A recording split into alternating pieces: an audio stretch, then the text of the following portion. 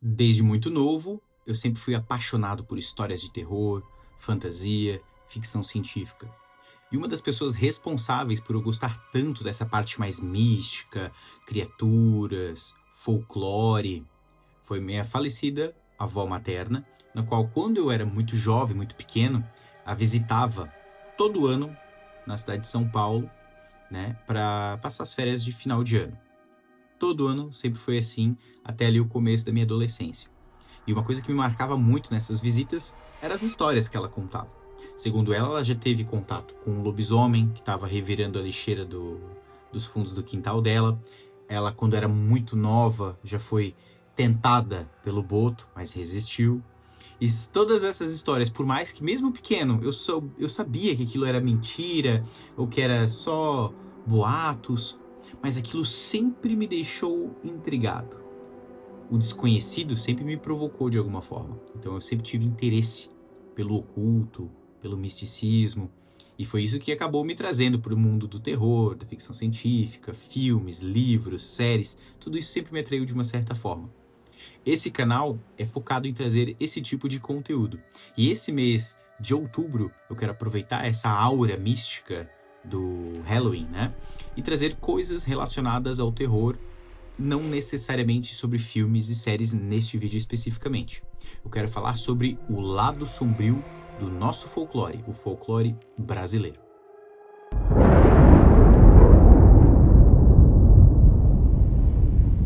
Eu separei aqui 5 entidades do nosso folclore. Umas são mais conhecidas que as outras, mas eu quero contar para vocês a história de cada uma dessas lendas, a origem delas e o lado sombrio por trás dessa história, o que levou a construir essas narrativas. Algumas são mais simples que as outras, porém, algumas dessas histórias já traz um lado muito sombrio. E a primeira história que eu vou trazer aqui para vocês é a mais pesada. Às margens dos rios da Amazônia, quando a noite cai e a neblina sobe das águas, os ribeirinhos contam uma história que passa de geração em geração. Uma história sobre uma criatura que não pertence inteiramente ao mundo dos homens, nem ao dos animais. O boto cor-de-rosa é, à primeira vista, apenas um golfinho de água doce, um animal brincalhão e inofensivo. Porém, a lenda diz que, nas noites de festa, especialmente nas festas juninas, né? Ele abandona o rio e assume a forma de um homem alto, belo e misterioso, sempre vestido de branco, um chapéu na cabeça e oculta ali um orifício da respiração que o denunciaria. Ele chega às celebrações como um estranho irresistível. Sua presença é magnética, nenhuma mulher consegue resistir ao seu olhar fixo e penetrante. Por trás de todo seu charme, esconde-se algo mais sombrio. O boto não apenas seduz, ele enfeitiça. Muitas jovens, após passar a noite em seus braços, desapareciam misteriosamente ou reapareciam grávidas, sem jamais revelar quem era o pai. Para muitas comunidades, esse era o destino inevitável daquelas que cruzavam o seu caminho. O lado mais macabro da lenda descreve o boto como uma espécie de predador demoníaco, com olhos vermelhos e hálito podre de peixe. Um ser que suga a energia vital de suas vítimas, deixando-as fracas, enlouquecidas. Algumas até lançavam-se ao rio, como se chamadas de volta por ele, para nunca mais retornar. Mas por que essa história surgiu? Qual a raiz por trás desse mito? A explicação mais aceita é que o boto cor-de-rosa foi usado como justificativa social para os casos de gravidez fora do casamento. Em pequenas comunidades ribeirinhas, quando uma moça surgia grávida e não podia ou não queria revelar o pai, dizia-se que havia sido o boto. Assim, a vergonha e o peso do julgamento recaíam não sobre ela, mas agora sobre a criatura. Há também a função protetiva da lenda, um aviso para as jovens tomarem cuidado com estranhos em festas noturnas, especialmente homens forasteiros que poderiam seduzir e abandonar. O mito então reforçava um código de moralidade em vilas isoladas, onde a honra era tudo. E não podemos esquecer do animal real. O boto, de fato, se aproxima das embarcações, é brincalhão e até curioso com os humanos. Imagine em noites de lua cheia ver uma sombra cor-de-rosa deslizando sob as águas escuras do rio. o suficiente para atiçar a imaginação e alimentar o medo. Assim, o boto cor-de-rosa continua vivo até hoje, entre o fascínio e o terror. Para uns, uma história romântica de um amante proibido. Para outros, um aviso sombrio de que nem tudo que vem do rio deve ser confiado. E você, se estivesse à beira do Amazonas, numa festa junina, e de repente um homem atraente, bonitão, com aquelas roupas brancas, lhe convidasse para uma dança, você concederia? O que me pega nessa história é que ela tem ali um lado entretenimento, um romance meio estranho, tudo mais, mas o que pega aqui é que o lado sombrio dessa história, ela também é usada para mascarar abusos entre familiares e pessoas muito próximas à família de jovens, né? Então, tenho certeza que a origem bárbara dessa história, dessa lenda, ela começa quando alguém, um familiar, abusa de uma jovem da família e para privar, né, da segurança e para manter aquilo em sigilo, inventou-se uma história. E isso é tão verdade que até hoje, em cidades ribeirinhas, ainda existem pessoas que predam esses animais inocentes na busca de vingança. No intuito de tipo, se a minha filha foi realmente violada pelo boto, então a gente vai caçar esse boto no rio aqui, custe o que custar. Então os pobres animais acabam pagando pelos crimes dos humanos, né? Essa história é muito pesada. Existe também um material, que eu vou deixar aqui o link para vocês, de um pequeno curta que foi feito pelo município de Manaus sobre isso. Eu vou deixar aqui para vocês tirarem suas próprias conclusões. Essa lenda aqui é uma daquelas que pouquíssimas pessoas conhecem. Na verdade, talvez muitas pessoas conheçam, só que ela não é tão popular como as outras lendas. Estou falando da lenda do corpo seco. No interior do Brasil existe uma lenda que não fala de heróis nem de criaturas encantadas, mas de algo muito mais perturbador. O castigo eterno de um homem tão perverso que nem o céu, nem o inferno e nem a própria terra aceitaram seu corpo. Este é o corpo seco. A lenda diz que em vida ele foi cruel, egoísta, um verdadeiro monstro humano. Batia na mãe, maltratava vizinhos, ria da fé e desafiava a morte. Quando finalmente morreu, algo terrível aconteceu. A terra simplesmente o rejeitou. Seu corpo foi cuspido de volta à superfície, ressecado, sem carne, pele grudada nos ossos. Nem o demônio quis a sua alma. E desde então, o corpo seco vaga pelas estradas, florestas e cemitérios. Uma figura cadavérica, meio esqueleto, meio humano, com a pele esticada e os olhos fundos como cavernas. Quem cruza o seu caminho dificilmente volta para contar a história. Alguns relatos dizem que ele se esconde atrás de árvores, chamando por viajantes, com uma voz fraca e arrastada. Ajude-me! Quando alguém se aproxima, é agarrado por suas mãos ossudas e estrangulando até a morte. Outros afirmam que ele suga o sangue das vítimas, como um vampiro do sertão. É uma das figuras mais macabras do folclore brasileiro. Mas de onde surgiu essa lenda? O que há de racional por trás dela? Uma explicação é a própria condição dos corpos em certas regiões do interior. Em áreas de solo seco e quente, alguns cadáveres não se decompõem facilmente. Eles se preservam de forma assustadora, como múmias naturais, pele colada aos ossos. Imagine o impacto de uma comunidade rural encontrando um corpo assim, rígido, exposto à terra. Não seria difícil acreditar que ele havia sido rejeitado pelo mundo espiritual. Outra leitura é moral. O corpo seco era um exemplo de punição. Um aviso para que ninguém ousasse maltratar os pais, abusar da fé ou viver na crueldade. A lenda servia como ferramenta de controle social, uma lembrança constante de que quem fosse mal em vida jamais teria descanso na morte. E há ainda quem veja no corpo seco uma forma de representar o medo do esquecimento, de morrer e não ter paz, de ser abandonado tanto pelos homens quanto por Deus. Ele é a personificação da danação absoluta, o pesadelo de não encontrar lugar em nenhum plano da existência. Até hoje, em cidades pequenas de Minas Gerais, São Paulo e Goiás, há quem jure ter visto um vulto magro, ressequido, parado à beira da estrada pedindo carona. E alguns afirmam que, se você não parar, ele vem atrás de você. Não faz muito tempo que a Netflix fez uma série chamada Cidade Invisível, onde ela aborda de forma bem interessante as criaturas do nosso folclore. E ali, na primeira temporada, salvo engano, e um pedaço da segunda, a gente acompanha o antagonista da série como o Corpo Seco. Só que ali a gente entende que ele é meio que um espírito, né? Uma força que consegue possuir o corpo de outra pessoa e continuar com as suas maldades, né? E não como um zumbi, como ele tá no nosso folclore, né? Mas essa série é bem bacana. Fica a dica aqui também, tá? Ali você vai ter outros personagens que vão estar nesse vídeo. A Cuca, a Yara, entre outros. É uma série que vale a pena para quem é fã de folclore. Eu vou interromper aqui brevemente, só para fazer uma pequena propaganda para vocês. Daqui a pouco a gente já volta com as próximas lendas. Para quem não sabe, eu também sou um escritor de forma independente, um escritor autônomo, né? E eu publiquei um livro de forma independente chamado Sussurros Ancestrais. Esse livro é o meu segundo livro, na verdade, né? Eu tenho um livro chamado Antologia do Horror, e esse aqui, que é o Sussurros Ancestrais, ele é um livro de contos. Ele tem 5 contos de personagens do nosso folclore, onde eu conto a história do lobisomem, do boto, do corpo seco, da Cuca e da Yara, que são justamente esses personagens que a gente vai falar nesse vídeo aqui.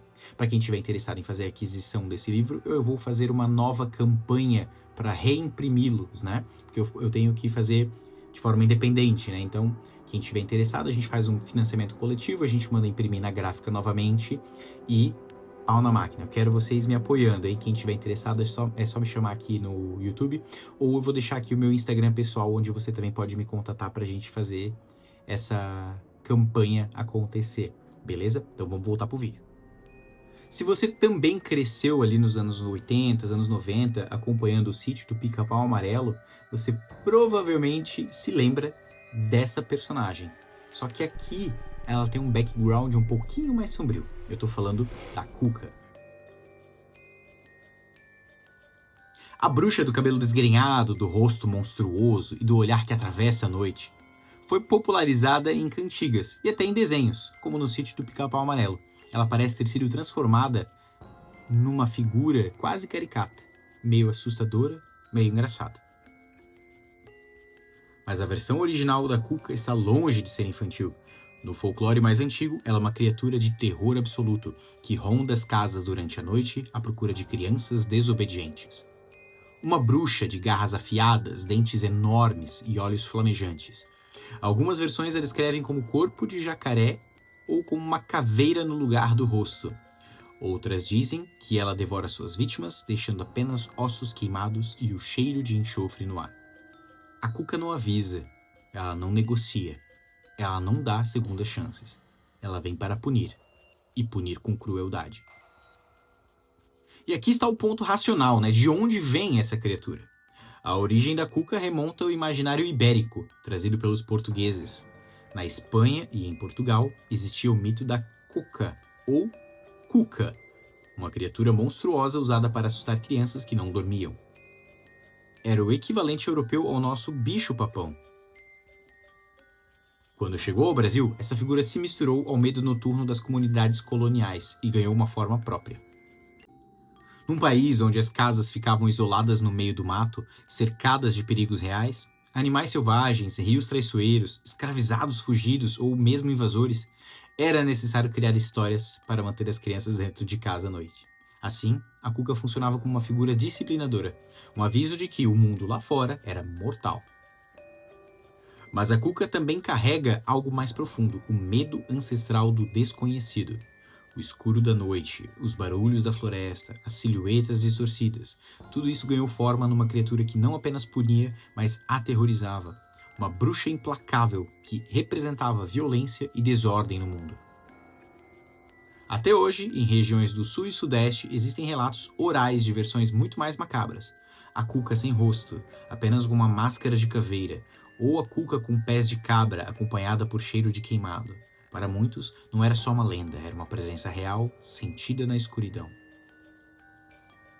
Então, na próxima vez que você ouvir uma criança cantar a famosa cantiga Nana neném, que a Cuca vem pegar, lembre-se, o que parece apenas um acalanto é, na verdade, uma ameaça velada, porque a Cuca não dorme e está sempre à espreita. Agora pensando aqui, se for a Cuca, da Alessandra Negrini, ali da Cidade Invisível, pode vir pegar. Tá tranquilo. Eu acho que toda cultura e toda nação tem uma lenda de um lobisomem para chamar de seu.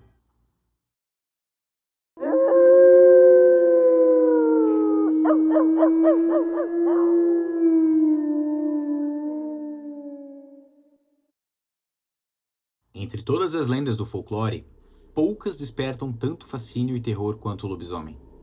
O homem que se transforma em fera sob a lua cheia, amaldiçoado a vagar pelas noites, caçando sangue e espalhando medo. No Brasil, o mito veio com os colonizadores europeus, mas se misturou com crenças indígenas e africanas, criando uma versão única, ainda mais grotesca. Aqui, o lobisomem não é apenas um lobo elegante correndo pela floresta. Muitas vezes ele é descrito como uma criatura deformada, meio homem, meio animal, coberto de pelos desgrenhados, olhos vermelhos e dentes pontiagudos. Um ser faminto, capaz de devorar crianças recém-nascidas, sugar o sangue do gado e atacar até parentes próximos. A maldição mais conhecida diz que o 7º filho homem de uma família será condenado a se transformar em lobisomem quando completar 13 anos de idade. Na noite da primeira transformação, ele sai nu, de 4, arrastando-se como um cão possuído, uivando de dor até que a pele humana se rasgue para dar lugar à besta. Quem o vê nunca esquece. Um vulto disforme, ossos saltados e presas pingando sangue.